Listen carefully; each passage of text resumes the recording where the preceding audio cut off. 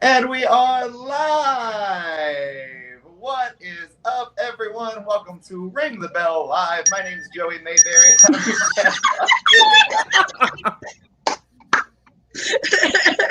Sorry. I have not had a ding dong make me smile like that in a while. So let's go. Well, if you guys are new to Ring the Bell Live, what we are doing each and every week is bringing together an all-star panel of women's wrestling experts. Yes, I'm going to use that term to discuss the week in WWE women's wrestling of Raw and SmackDown. Joining me this week, all the way from another dimension, she's back. Moxie Molly's here. It is your interdimensional Shiro, and welcome to Dose Molly's Phil and Joey.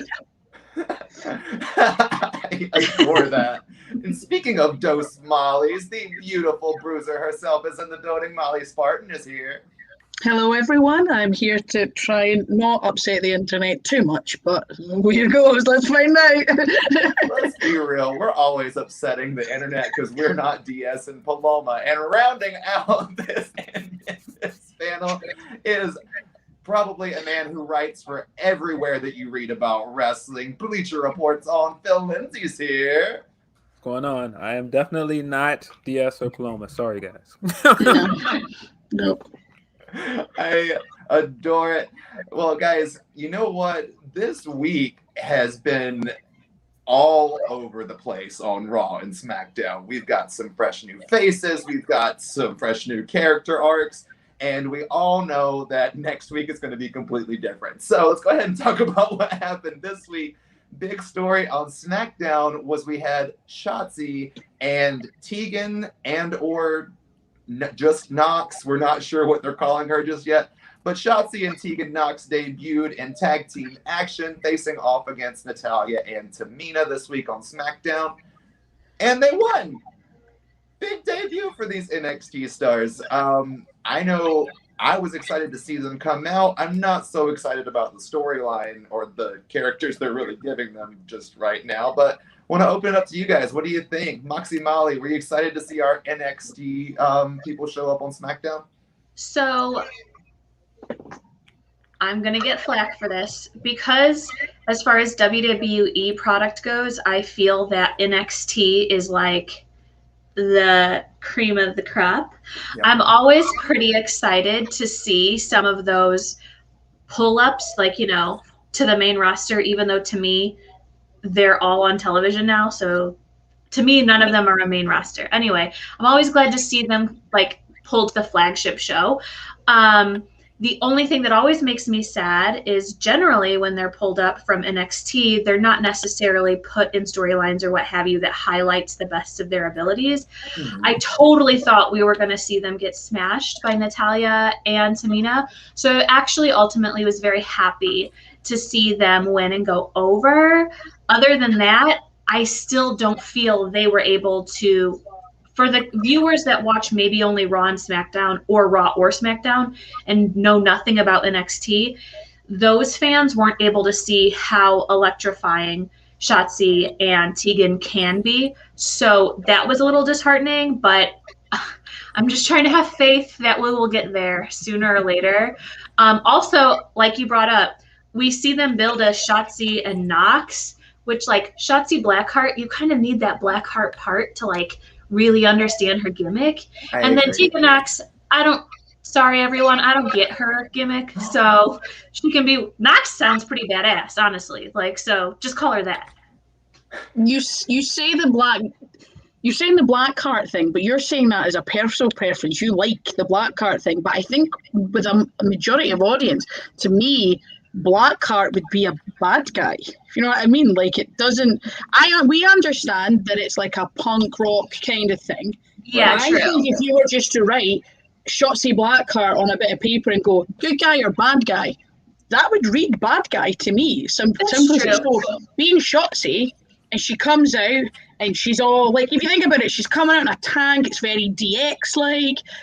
She's got a Nerf gun attached to it and it's shooting at Tamina. It's all energetic and bright colors and loud noises, and that's really what they want to convey to kids.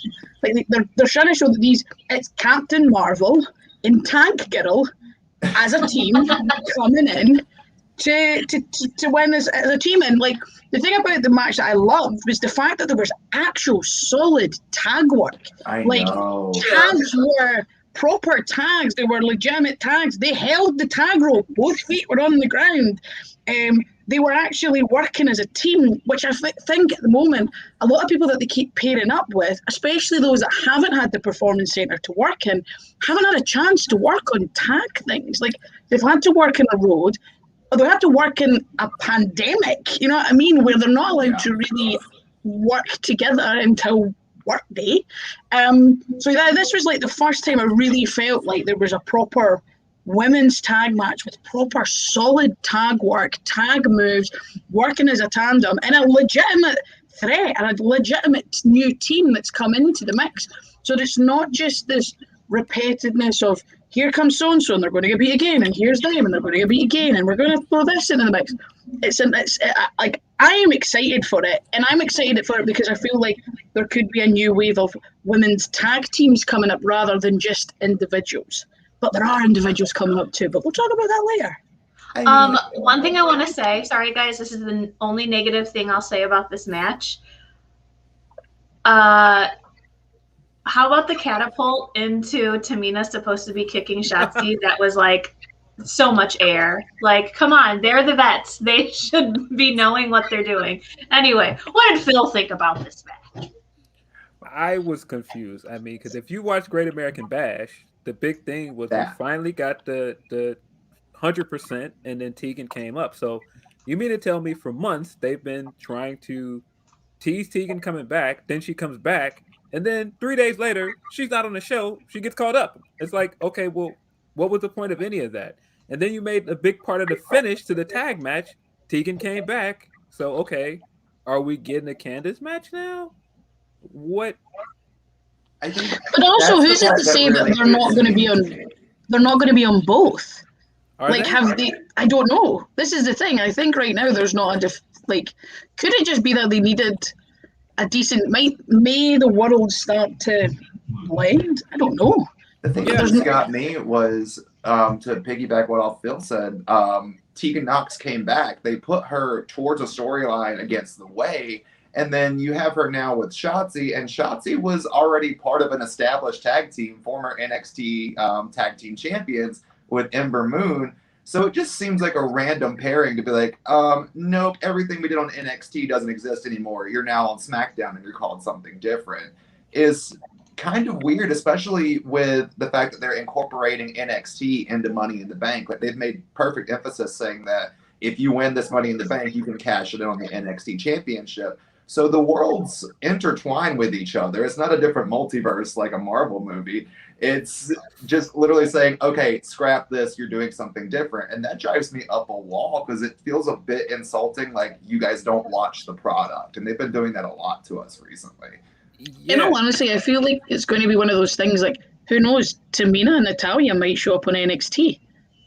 Like I could see that happening, them being pals. Like next week, if they're on NXT, them talking about, oh, we're on SmackDown, la la la la la, and then they show up. Phil, I just see Phil like quietly go, but why?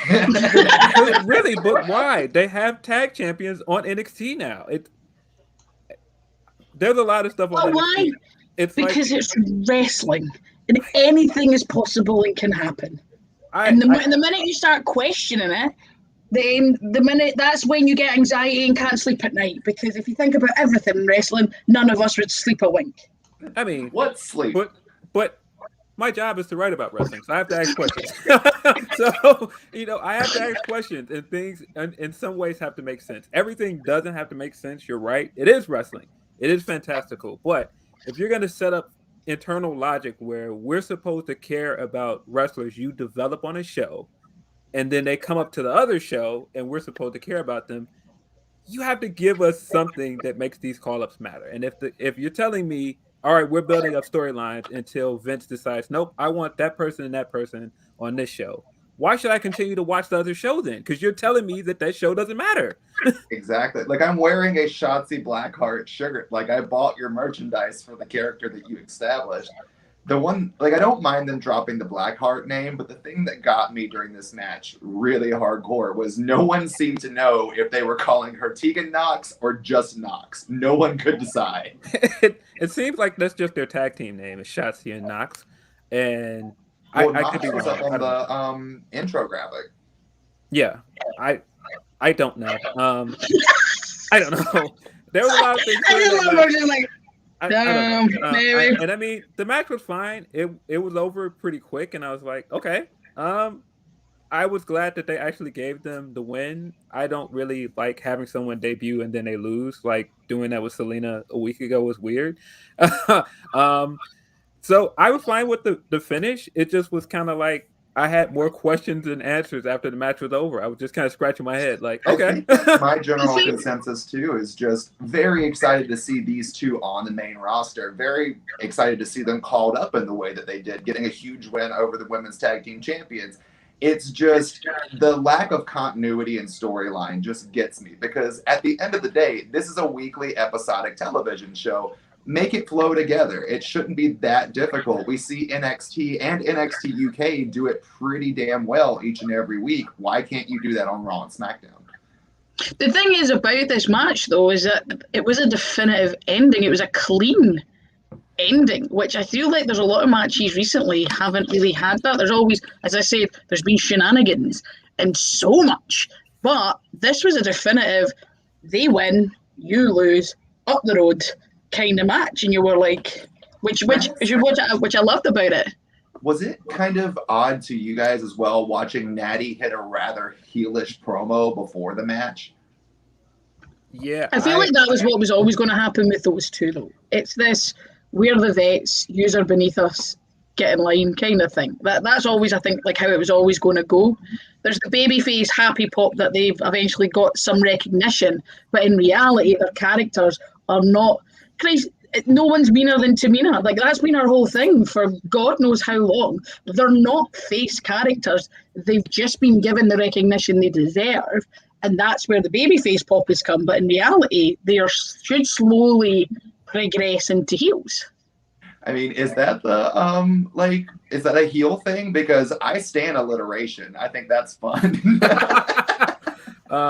Yeah, I don't know. I think that's one of those they need to get back on a roll so that we know like how the crowd is responding to what and what's working. Because that's the problem with a lot of their women's stuff right now. I don't know who the heel is in a lot of their programs right now. I 100% agree. So we need to wrap this up and talk about everything that happened on Raw, because we got a lot to talk about. You guys, any final thoughts on this tag team match and the debut we saw of Shotzi and Tegan? I was happy for Shotzi. I thought it was really cool that she tweeted afterwards, this is for my dad. Her dad just passed away. I thought that was awesome. Really happy for Tegan as well, because, she's had a rough string of luck. Hopefully this is like the step to push her to the next level. So, I'm excited to see them there. I'm excited to see more women on SmackDown. I just was kind of confused with how they did it. 100% agree with that. Any thoughts from our double dose of Molly today? I shouldn't phrase it like that. That's a bad phrase. Oh, no. I was just going to say, I hope Phil is wrong and Shotzi and Nox is not their tag team name, because although creative is kind of failing us, I feel like they ought to be a little more creative than that. I mean, they just started teaming up together, so maybe they'll change it later. Stop giving them excuses, Phil. Oh, I'm the king of not giving them excuses. People don't like what I have to say, so That's a common trend with all three people here with Joey today. Yay! I'm just happy that two hardworking, lovely individuals who worked their arses off on the independents are getting a proper, outing on their first showing on a main flagship show. So it was nice. It was heartwarming. That's what it was. It was heartwarming. Agreed to that. SmackDown officially has opened the ball pit, but let's go ahead and talk about what happened on Monday Night Raw and just start off with the review of what happened on both shows.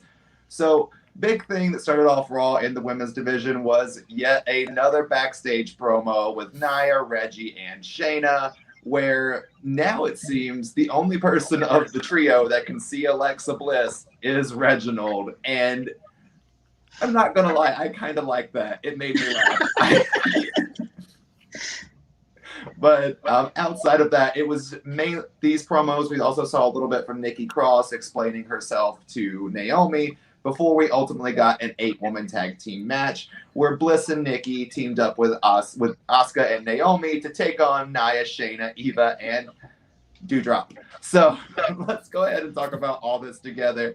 This 8-woman tag team match I didn't think was honestly that bad. I thought it was decent for what it could have been, because we've seen matches like this end up in a complete cluster. Miss Molly Spartan, what did you think of this action?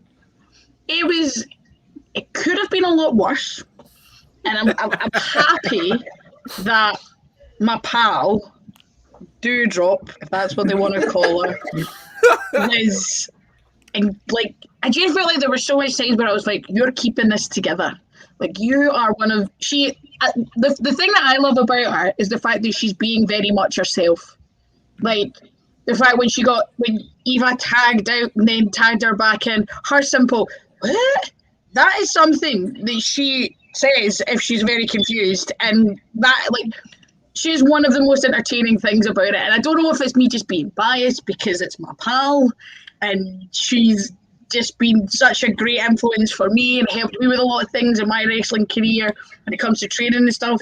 And it could be very biased, but I think she's one of the best things on Raw at the moment. That, and obviously Ash, Nikki Cross. The Scottish girls are doing well. And they're doing well, but they're doing well with very different viewpoints and directions that they've been given. I mean, that's just a dewdrop in the bucket. So one of the things that Doudrop, when she was on the Independent, she did a match where she was known as Mountain. So it was for Chris Wolf and her retirement thing. And there's this mad match where she is Mountain. So we were like, she needs a commercial with Mountain Dew, surely. So it'd be Mountain Dew. Yeah! Mountain Dew. Mountain Dew now need to sponsor like Mania, and we'll get her on the commercial and she'll be just dropping elbows being Mountain Dew drop. Come on! Like, I think it's perfect marketing opportunity, honestly. But yeah, like, it could have been a lot worse. And I think every single one of them in that match have very different and unique characters. Like, the very colourful introduction with Naomi, Asuka, and Nikki at the start, when there was just I feel sorry for anybody that was colourblind because they wouldn't know what was going on. And then obviously creepy little Bliss appearing and then standing in, like, I think they all managed to get their characters over in their entrances without it being it's hard to describe, but it could have been a lot worse, but it came together okay. I do want to point out one positive thing based on what you just said. About like probably 10 years ago, we were really like down on the Divas division because it felt like the only thing differentiating these girls was different gear and different hair color. And they really didn't have them gimmicks. You had 8 women in the ring for this match with very clear gimmick and very clear differentials, which is a good step forward, to be honest. Mm-hmm. Mm-hmm. Even if you don't like that character, doesn't mean you don't like the next one, kind of thing, if you know what I mean. Like, there was at least somebody in that match that you liked. My favorite is Cosmo Pal. I ordered my Lily doll on www.shop.com, just so if you guys are wondering who I like. Moxie Molly, what did you think about this match? I agree with Molly Spartan when she said it could have been worse. So I didn't watch it live. I watched it on Hulu, and I could tell that they cut pieces out of it. Mm-hmm. So I would be interested to know what was cut out of it. Here comes the hate. I don't care that much for Ava Marie at all. I didn't her first time around. I definitely think she's a waste this time around. And I think it was wonderful to see Shayna Baszler step down off the apron of the ring, pull her down, and like correct her in the middle of the match. And then they like the camera cut when she was doing this, and you could like see for like a split second that like Shayna was like something was not the way it was supposed to be, because she was kind of like correcting her. And it's like, if a headlining talent is needing to be corrected on live television, there's definitely something wrong. Like, come on. Why is she back? That's all I have to say. Like, and it's like, it's no hate to her as a person, although we don't see eye to eye on very many things. You said she was a waste. We have so many good women, and I'm not even going to bring up all the women they've released. There's so many good women not being utilized. Why are we putting her front and center? And then I don't think Molly Spartan is being biased when she said that, I'm not going to call her that Piper Niven was one of the best parts of it. I love that Piper is taking what she's been given and just, she is like oozing every single piece of specialness out of what she's been given and just like showing the world how badass she is. Like, she was amazing in the Mae Young Classic. She's amazing on NXT. She's kind of what I was saying is when they call people up, they kind of do shit things to them, but she is just taking it and she is like making it like a glittery, wonderful unicorn poop. Like, she is like being amazing at anything they give her. Other than that, I feel really bad. I'm tired of Naomi just being pushed to the side and not doing very much. And unfortunately, that's pretty much been Naomi's whole career. Isn't going to affect her, but I want Naomi to have her time to shine, and I want Ava Marie gone. Tell us how you really feel, Moxie. Oh, I will. You know I will. Wow. I mean, but to be fair, the winner of the match was still Eva Marie. But aside from that, Phil, what did you think of this 8-woman tag? This felt a lot. When you were saying like we've gotten a step up from the Divas era, I feel like this felt like a match that could have been in the Divas era in a lot of ways. Like, I feel like, yeah, everybody was distinct characters in this, but I didn't feel like anybody came off looking special in this match. Like, I didn't. If you told me out of the 8 people in this match, pick one that's going to win Money in the Bank, I wouldn't be able to tell you. Oh, no, because it's going to be Liv Morgan, but we'll talk about that in a bit. But I don't know. It just feels like, I don't know. I want to not crap all over this match. It wasn't a bad match, but I think there was interesting elements of it that we're sort of overlooking, like the idea of my pal. I'm just going to call her my pal because she's my pal. And Nia Jax being a tag team was kind of, there was that teasing part, and part of you's like, oh, that'd be good. And although she's in a tag, that double splash of just 2 sturdy women just ramming people was exciting. And there's not really been that kind of team. There was elements I think from there you could take further. But obviously when you've got 8 women anybody in a match, it's hard to tell longer stories. You can only really tell short taste, mini-sized bites of it. The stories are kind of too convoluted to make sense either, because they still have yet to tell us why Eva Marie and Doudrop are a team, or why they're even associated with each other, period. Nobody knows. No one knows. And then they've also yet to explain why Shayna and Nia are still friends. Like, I don't understand that either. That was my thought too. I was like, okay, why are they still a team? Why are we still doing original stuff after all this time? I mean, if the whole thing, like, they got into a point where Reggie and Shayna had a match because she couldn't stand that Reginald was still there, but she's still teaming with them and he's still coming out every week like none of that happened. Say that. We've all got a pal that's a wee bit of a dick that we still hang about with because they're just your pal. Do you think it's that? And their boyfriend's a dick as well, and you just have to put up with him. I feel like that's the chemistry. Like, we've all seen friends like that.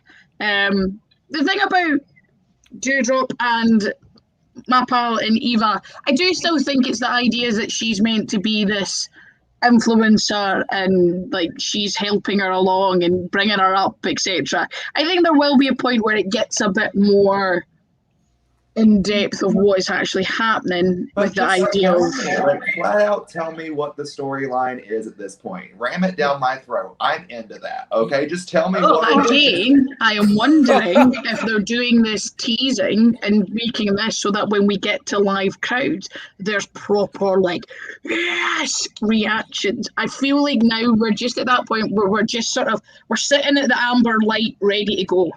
And I feel like that was quite a lot of what was happening, is that sitting just going, okay, and go, right. And that's what I'm hoping. I'm hoping once they get back on the road, once they can work each other regularly, once they can have time to actually build chemistry, understand each other's movesets, understand where this is going a bit better, is when there's a crowd there.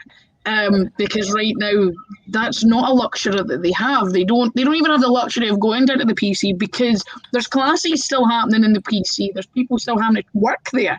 It's not like they have that luxury because the world doesn't have that luxury anymore. Well, right now. Agreed. I was trying to save super chats for a bit, but I'll go ahead and let Phil have this one because Brielle Giselle Roundtree said, I'm just here to see Phil smile and give Naomi roses for that corkscrew top rope move. Yeah, we love Naomi in this house. I want Naomi to get everything that she deserves. I just don't feel like that's going to happen. But I just want several people in this match to get something. Like, I just don't feel like anybody in this match is in a good place. Like, I feel like, to be honest, Raw does this thing every week where it's just rematch. And I feel like with the women, they were like, all right, well, we want to do all these rematches, but let's put them all in one segment. And let's basically put all the rematches in one match and make it this 8-woman tag match. That's what it felt like. And I mean, that's not to say that the women are doing anything wrong. And that's why when I compared it to Divas era, I feel like there's this stigma with the Divas era where it's like the women were untalented. No, the women were extremely talented. It's that I feel like the company were in a creative rut at that time. And I feel like that's happening again. I feel like there's a big creative rut on both shows. And I like I said, I don't feel like anybody's doing anything wrong. Even the Nikki stuff, I get the feeling Nikki's having the time of her life doing this superhero stuff. Okay, well, give her storylines to do it in. I don't understand. Well, I don't understand either. And speaking of creative ruts, for the sake of time, let's move on to Charlotte Flair and Rhea Ripley because y'all, last week I thought I was done. I thought like this was the worst that it could possibly get. And then this week, Lord, expectations. So if you didn't watch Monday Night Raw, I advise you not to. But this is what happened. I didn't like this, if you can't tell.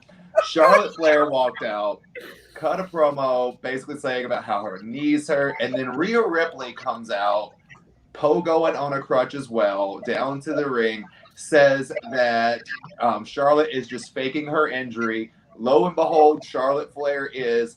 Then they have what I put in my notes as just crutch battle and big things. Molly, what you got? You say that, but you cannot tell me that Rhea's attempt to do the stomp with the crutch was not funny. Oh, this is my Brutella Ow was fantastic. That was hilarious.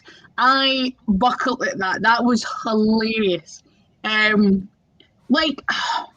The thing is, I understand what they're doing.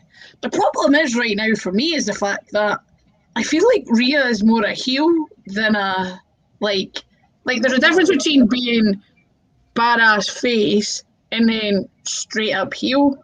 Like, I feel like it was weird. Like, I felt like the role should have been switched. You know what I mean? Like, if Rhea was in the ring with the dodgy knee and was upset and was like, look, lure Charlotte out. Charlotte does the whole fake. Like, even if she tried to do the stomp and blah, blah, blah, comes out, actually, I knew you were going to come out and rip me, so bang, and then commence. I feel like if it was switched, it'd make more sense. But I got what they meant. It was trying to mock the Queen. Molly Spartan coming through with the actual basics of storytelling. Thank you for doing that. Could you please get a job with the E? Because I'm trying.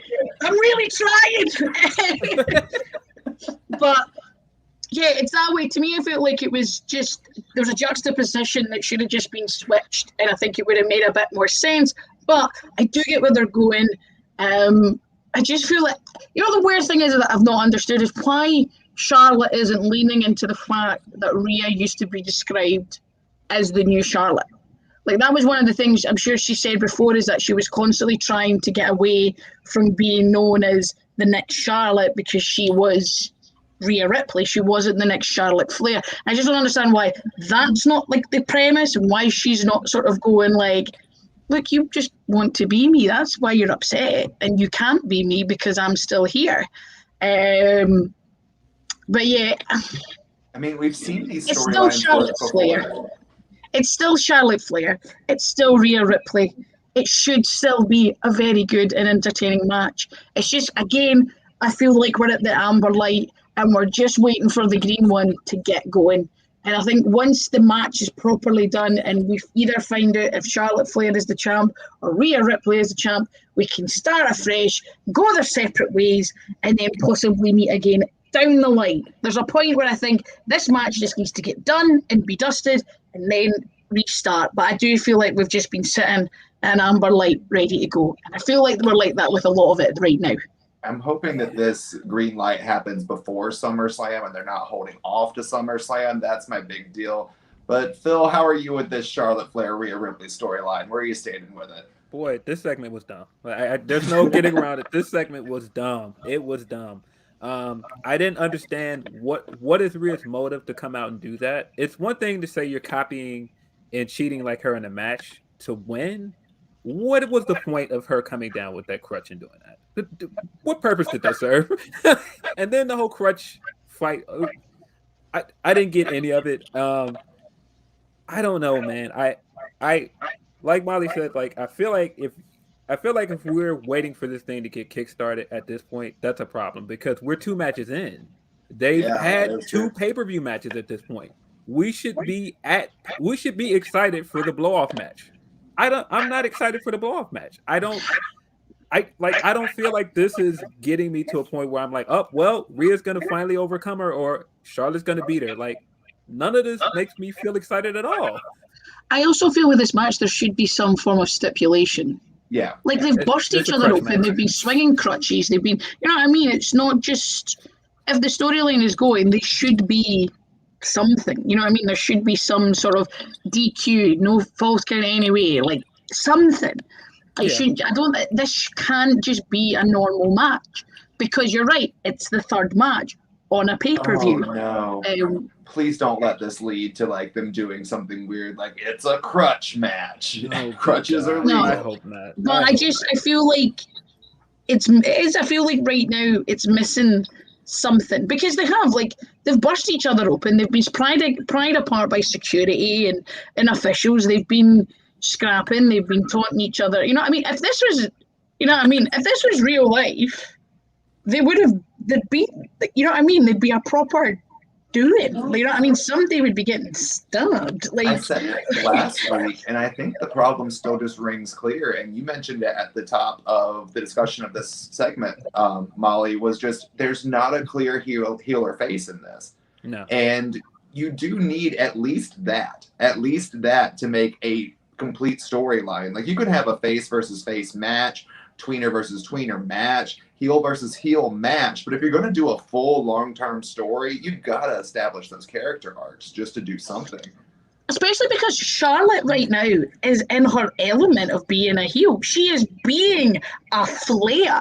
So everybody should look like a face in comparison. Even the most confident Sasha Banks would seem like a face in comparison to the dickhead that is Charlotte Flair right now. But there's just this feeling of like, right, Rhea, we all know you're a badass. You are a badass, but we need to not look at you going, you're just as bad as her. Like there needs to be good guy, bad guy. Sometimes I feel like people struggle with that. There needs to be a definitive good guy, bad guy. Sorry, someone in the comments, Revolution to Evolution, just said Rhea versus Charlotte in a death match, and I was like, a la like Thunder Rosa, Britt Baker. I'd kind of be down for it, but I don't think that would happen in WWE. Yeah, I would love that, but I don't think it's happening. And Molly, what you thinking? I'll be very quick because I know we got to get to SmackDown, but WWE has this problem where if something works on one show, they try to do it on the next show. And Rhea and Charlotte was like amazing and electrifying on NXT. And I think they tried to sort of recreate that when Rhea got called up. It's not working. And I don't know why they're not listening to the fans when they're saying it's not working. But literally, at the end of this match, with the crutches and the hokiness of it all, I literally was like, well, the women's evolution came. And it left. No, I don't think that. No, I don't think that's the case. Well, what this definitely told me is Charlotte's winning the next match. She will be champion very soon. And I don't know what the heck they're going to do with Rhea at this point because I feel like all of the equity that Rhea came to Raw with, it's gone. Like, I'm not interested in Rhea as a face at all.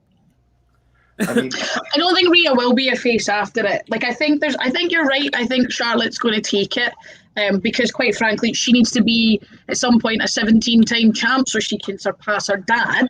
But I think after this, Rhea should just be an out-and-out heel. She just breaks it, she loses it, she just starts thumping folk, and then it gets interesting again. So that's why my hope is that once this is done, that's it, and they just go each other separate ways, and eventually they'll meet each other again, because that's how wrestling works. But they just get a clean break, and they just leave each other alone. Rhea can go be a heel, Charlotte can go be a heel, and then everybody else has to just deal with them. And can I speak something into existence real quick? Just if they go their separate ways and Charlotte has that belt, please give me Charlotte Flair and Shayna Baszler. Please give it to me. Just make Shayna a singles wrestler again. I've been asking for that for months. I don't know why they won't. Just make her a singles wrestler again. It's kind of sad watching Rhea where she's at because, I mean, Rhea on NXT was fantastic. I mean, when she finally beat Shayna, she was the hottest babyface for a while, and I don't know what they did. They just completely, well, yes, I do. They had her lose at WrestleMania, and she shouldn't have lost at WrestleMania. That's what happened. Rhea loses to Charlotte and goes to SmackDown. When is a draft? Then you've got Rhea Belair. Eventually, and then you've got this NXT rivalry kind of thing. I was just having a wee think there because I think it'd be a nice break for her just to completely step away from the Raw brand. And you've got Charlotte just being the top heel, and then Rhea can go over and be the heel in SmackDown.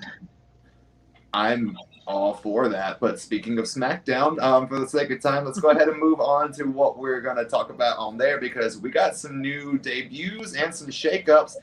We already talked about Shotzi and Tegan debuting at the top of this episode. So once we're done being live, go back and watch that if you missed that. So we're going to talk about this Sonya Deville promo that led up to everything after Bayley being injured because it was announced via social media from WWE that Bayley has suffered an injury and she's going to be out for 9 months. That really sucks. I was really, Does nobody find it kind of ironic that Charlotte and Rhea pretend to be on crutches on Monday, and by Friday, Bayley is on crutches and out of match? It's like they jinxed her.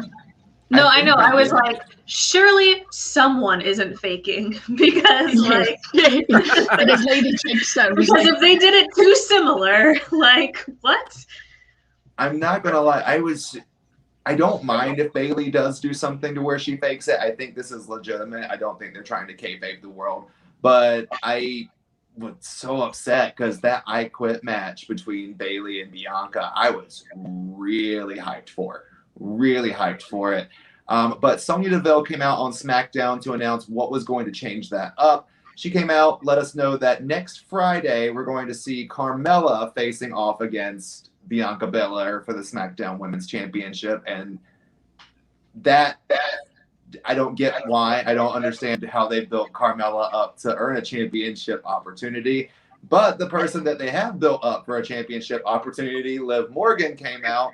Sonya Deville cut a rather awesome scathing promo back at Liv Morgan, telling her that she is replacing Carmella in Money in the Bank with Liv Morgan. And then we finish this night with a nice stare off between Bianca and Carmella ahead of next Friday's big, I don't want to say blow off match because they haven't really built up to anything, or championship match. Phil, what did you think about this whole, I guess, shakeup? I mean, well, first of all, feel terrible for Bayley. They're just now getting back to live crowd. She was super excited for that. And I felt like if anybody deserved the chance to get a reaction, again, it was Bayley because she did so much during the pandemic. Definitely one of the MVPs of that era, in my opinion. I'm still pissed that she didn't get a Mania match because now it looks like she's not getting a Mania match next year. Oh, I just feel terrible for her. Hopefully, she comes back and everything works out well within 8 months or 9 months. As for this segment, I feel like this was a microcosm of what's going on with SmackDown, because if they had to call all of these women up, it shows just how they were caught with their pants down, basically, with Bayley getting hurt, because they have not prepared anybody else to move up into her spot. They hadn't prepared anybody for a challenger for Bianca in 3 months. So now it's like, oh, who do we put in there? Sure, Carmella. Why not? And it's kind of like you've been building Liv, and you don't give Liv the match. You just throw her in the Money in the Bank match. And then you have Bianca come out and cut this weird promo where she was like, I don't know if Bayley's really hurt, but, Carmella. It's like, yeah. Huh? It was awkward. The whole thing was very awkward. I thought it was extremely awkward. Moxie, what did you think of this whole segment? Echoing what Phil said at the top, this is devastating.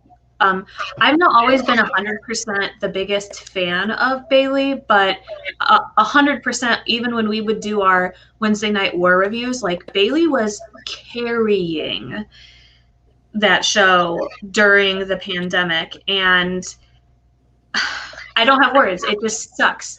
She worked so hard through 2020. Like this is literally the worst time for her to get injured, because we were getting right in front of the live crowds again, but like this is when, like Phil said, it would be like she'd be feeling it all again after she literally just carried it through the Thunderdome era. So it's devastating. But when Sonya Deville, who looked smashing, might I say, Deville always looks smashing, fierce, announced that it was Carmella.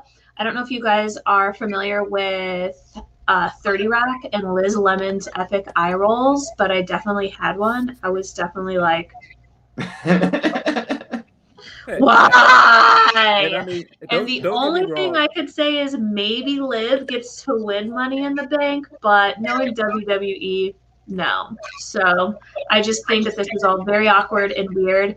And even Bianca's little promo was not her strong suit. She is usually on the mic much better than that. So like Phil said, it was just confusing. All of it's really confusing. And I understand there's an injury. They have to like make up for it. But that's why there's the importance of building a couple people up, even though you have this main star. Yeah. So they would have had their pick of a couple people. For some reason, they didn't pick Liv, but build up a couple people at once. And then if an injury happens, because this is a very physical sport, you have, someone naturally to just step up and take the role. I kind of think if they were just going to move it to SmackDown, because they didn't replace the Money in the Bank match, it was just SmackDown. I don't understand why they didn't just give it to Liv for that, because there's a big difference between giving someone a step in for a pay-per-view match and then just giving them a title match on SmackDown, which Liv has beat to, she beat a former champion, and then she beat a returning superstar. So I think that earns her at least somewhat of a number one contendership, if you look at it that way. But I get Carmella. She's the bigger name, I guess, and a former champion. But Molly Spartan, what did you think about this whole situation? So the thing is, I actually feel quite sorry for Carmella, because realistically, we kind of know. Well, I mean, they might really, because of this injury, really just go in a whole new creative direction. I feel like Belair and Bayley was one of the most like built matches. Like there was genuine like storytelling and things going into this with like being surrounded by Baileys and the laugh. There was actually sort of creative direction with this match to make it interesting and exciting. And when she's got injured, it's kind of just, went a bit tits up to put it lightly. I love the term tits up. That's great. Tits up. This is going tits up. But it's that way where I do, because obviously Carmella's getting pushed into the scenario, and I give Carmella our due. Like from Carmella winning the first Money in the Bank till now, she has improved dramatically. Her cardio, her in-ring work, her psychology has got so far superior than what it was previously. Yeah, she's completely reinvented herself, but still stayed Carmella, so she's recognizable for someone who was watching 2 years ago and comes back in and goes, oh, she's looking good. Like, she has really upped her game, and for that, she has been given this opportunity to have a title match on the first SmackDown back in front of a crowd, which, in a way, it's kind of like a pay-per-view. Like, it's a massive event. Right. Liv getting put into the Money in the Bank, I think there is a chance she might win it on the basis of that. I feel like you're saying, like, giving Liv that title opportunity. I don't think she's at that point yet, personally. I think the story of Liv is the fact that she is the underdog. There isn't really anybody that's a true underdog, but she is, and she's scrappy and she's fighting through. Like, I could see them doing very much like a Daniel Bryan kind of arc with her, getting her that she has to build and she has to fight and she has to scrap. And you can even have it that Bianca's like, I'll give her a match, but it's Sonya that's like, no, she doesn't deserve it. Her fight could be with management rather than the wrestlers, so that when she eventually does get it, it becomes a thing. It's exciting, and her squaring up to Carmella, who is significantly taller than her, shows that she's got that fight, and it makes you want her to win. It makes you like her, that we all do, clearly, even in this chat, but you need to let her build that. You can't just be like, oh, she's had 2 wins, so she gets a title match. That's part of the problem, because we all now think, oh, well, why does she not get it? Because we like her. But if you like her, let her get as much airtime with as many different people, because then it becomes a true investment in her as a character. And she can get that. The best one I can say of recent memory is like the Daniel Bryan shine, where the fans choose her, and we need to let that happen. It's the same what happened with Becky Lynch, really. Yeah. It was the fans that chose her. Let Liv be that new one. When you've got people like Becky's still not here, Sasha's still not there, Bayley's out now. Like, really, the only 4 horsemen women that's left is Charlotte. She's on Raw. So why not start to build and make new stars? And with the fans coming back, this is our opportunity to let those people have a break, and then when they come back, it becomes something exciting. Like, imagine if Sasha came back and like was like push. Liv's had months of work and bet this person and beating that person and beating that, and then Sasha walks back and she beats Sasha. Then that becomes all like, whoa, like there's a way we can build this to make it really exciting for someone brand new, someone new that's scrapped and has been through a stable and a tag team and is now on her own, has a tattoo, and her pals have left her. Like, let her tell that story, let her build that, and it could be exciting. I love every second of that. But speaking of building up some new people, you guys, there's a storm a brewing. Toni Storm was announced to be debuting on SmackDown. They didn't announce a date, if I'm not wrong, correct? They just said coming soon. Yeah. Okay, cool. That's what I was thinking. But Toni Storm is coming up, and no lie, I'm excited for Toni to be on the main roster. I think this is, honestly, she's like the final piece of the puzzle for the original NXT UK girls who are coming in and making their debuts, because you have Piper and Rhea alongside her on Raw. This is exciting to see. I'm excited to have Toni as a fresh face. And to be honest, I would not have mind if Sonya would have said Toni Storm's name and we would have gotten her last night as well. I would have been kind of game for that. Moxie Molly, what are you thinking? Because we've watched a lot of Toni Storm over the past year, so. Someone said it in the chat, and I think it's a common thing. It's Toni time. So I'm excited that is happening. Also, how I said I had my epic eye roll, I didn't even think that if they announced that it was Toni Storm, I don't know why, I would be much happier. Like, so I agree with that. I think, yeah, we've always praised Toni. I feel like they're picking her, like bringing her to the flagship show at the perfect time, because last time you and I had to review her for a pay-per-view, we even said, like, it feels like she's being hindered. She's outgrown what they've given her. She needs to rise to a higher level now. So this is like literally the perfect time, because she's right now in NXT, not getting stale, but like right here. And like, she needs another ceiling to break through. And now they're bringing her up. And I hope, oh, please, Lord, they let her rise to the top and break through the ceiling that is the main roster flagship shows. I agree, because I don't necessarily think I wanted to see Toni Storm as NXT champion, but I love the idea of her being SmackDown Women's Champion. I think that's kind of a good place for her. Molly Spartan, what are you thinking about this whole debut coming? It's the same idea of, although you're saying you rolled your eyes at Carmella, we've got to be realistic here. And again, I feel really sorry, because I do think she has improved dramatically. She's an incredible talent, but for her to just be the filler for next week's match is a shame. But could you imagine if Carmella, the Belair win, and here comes Toni, and she's the next threat, she's the next competitor to come forward. So that's sort of, yeah, so I'm always excited, like, especially someone who, like Toni, worked in the UK for so many years. I wrestled Toni, so I know what kind of caliber of a woman she is. And my God, her hip attacks, they get you. They get you. Because she has got hips that Shakira would envy. That girl has some thighs. I'm like, okay, girl. When they're coming at you that way, then yeah, they're there. You can't miss them. But yeah, no, she's an incredible talent. She's a ray of energy wherever she goes. So yeah, it's exciting. It's going to be interesting to see what they do with her and how they sort of use her, because she is obviously her style is very much herself, and she's the biggest Motley Crue fan you will ever find. And it's so apparent, and she looks so different to anybody else on the brand.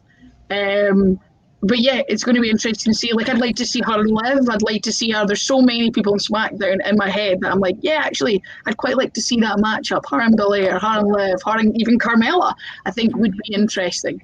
Very different mix of styles. And with her having sort of that British sort of wrestling kind of drilled into her because she was here for so long, it's a new style brought to the brand that it doesn't have really currently. Very true. Phil, are you excited for Toni time? I am very excited. I think Toni was in a place when, like, around the first Mae Young Classic, I felt like she was at where Rhea was when Rhea came up. Like, I felt like she was super hot. I mean, like, all of the indie matches she was having, like, she was one of the hottest women on the indies at one point. And so I feel like she's been kind of not at a standstill, but I feel like she's been ready to move up for a long time. I feel like going to NXT, she didn't really need to be there. Like, they could have easily moved her from NXT UK straight to the main roster. And so I feel like I've been ready for her to move up. And I feel like we're closer to the Toni versus Becky match that I've been asking for about a year. So, yeah, I'm excited. Very excited. And you mentioned Becky. I keep forgetting that Becky's still just waiting in the wings to come back at any time. I keep forgetting about it. I can only hope somehow Bianca and Becky are at Money in the Bank or something. I don't know. Like, it's just a shocking reveal. Oh, that's that a SummerSlam match. Something. I don't know. Yeah. SummerSlam. No, I think like, oh, you're right. SummerSlam is so close. Duh. Yeah, I feel like the other part about this, I feel like Toni not getting the matches because Toni could easily end up in a Money in the Bank match, and I wouldn't be surprised if Carmella loses via like disqualification or something and ends up in the Money in the Bank match as well. But there's still 2 spots left, right? I think so, but I'm wondering if since they keep including the NXT Championship, if we're going to see 2 NXT people get put in Money in the Bank this year. Maybe. Ooh. If I had my fingers crossed, it would be Raquel Gonzalez and Dakota Kai. Yeah, you need somebody big in there. You know what I mean? That's just going to take all the mad diving off ladders and pushing things over. If it's diving off ladders, it's gotta be Io Shirai. I mean, that's fair. Oh yeah. Yeah. I just know my role in wrestling is to catch people like that. So I'm looking at Raquel going, you need somebody that catches them. There's nobody that catches anybody at the moment. Get in. Come on. I'm so for it. I'm looking forward to seeing who's going to round off Money in the Bank. But, I just had a what if, right? Stick with me. You put Dewdrop in Money in the Bank. She wins it. Eva Marie claims that she won Money in the Bank. Oh my God! The booze, the chorus of booze. At moment in my head, I'm thinking, big girl catches people. That's my pal. She does that. That's what she does. But I'd be so mad. A name I mean, I'd be delighted because my pal wins Money in the Bank, but still. Yeah. Well, speaking of pals and people that you know winning Money in the Bank, a name that is coming through the comments is Kaylee Ray, and that is a possibility. Yeah. Everyone gets quiet. Money in the Bank. She's not out there. But yeah. But no, Dewdrop, Money in the Bank wins it. Eva Marie claims the win. Calling it now. That's still better than Ellsworth. So. I adore that ending, but I don't see any super chats. If I have seen them, I am gonna go ahead and apologize. You guys can yell at me on Twitter. But speaking of yell at him on Twitter. Please do. Yell at him. Twitter. Let's see where everyone can find each other. Phil, where can people find you across the internet? You can find me at PhilDL616. Of course, you can find my writing at Bleacher Report and other places that I'm drawing a blank on. Please go read them. Everything I read by you is fantastic, Phil. I can't sing your praises enough. So everyone go read Phil's stuff. Miss Molly Spartan, where can the folks find you? You can find me on the majority of social media platforms at mollyspartan.com. You can't, that's not a website. Either at Molly Spartan of some form. But you can also find me on the WWE Network for ICW Fight Club. And in fact, you can see me hitting a spear in a pair of heels this week. Edge, Roman, Goldberg got nothing on me. I'm hitting spears and heels. So tell you boys, get a pair of heels on your feet. I think I'm taking the crown. So yes, you can find me there. Also, please make a heels and spears t-shirt. I will buy it. So and Moxie Molly, where can the folks find you? You can find me across all social media platforms at that's THEE, Moxie Molly. A lot of you were asking if I've popped out my baby yet. No, I'm just approaching the 3rd trimester. Also, please join me in starting the hashtag Molly Spartan for NXT UK immediately. Also, don't forget to join our Patreon or buy some of our merch and shirts and stuff. Yes. And you can find me at Joey_Mayberry on Instagram and Twitter. You can watch me call people old and go viral for it at Joey.Mayberry on TikTok. And as always, you can find me here every single Saturday with a lovely panel of folks discussing women's wrestling. If you enjoyed this discussion, give us a big thumbs up. And if you haven't already, hit that subscribe button. If you haven't hit that subscribe button, what are you doing here? How did you know? I just want to know. Also, as Moxie mentioned, we have a Patreon. Please go check that out. The more you support us, the more we can cover other shows and get some more people in here because we are all doing this as volunteers. This makes no money for us. So please support us in any way that you can. And thank you guys so much. We will see you again next Saturday for another Ring the Bell Live. Be kind and stay blessed. Love you all. Free Britney. Free Britney. Hold up. We might have to vamp for a second. My computer's not loading the end button. Free Britney. Free Britney. Free Britney. Free Britney. Free Britney.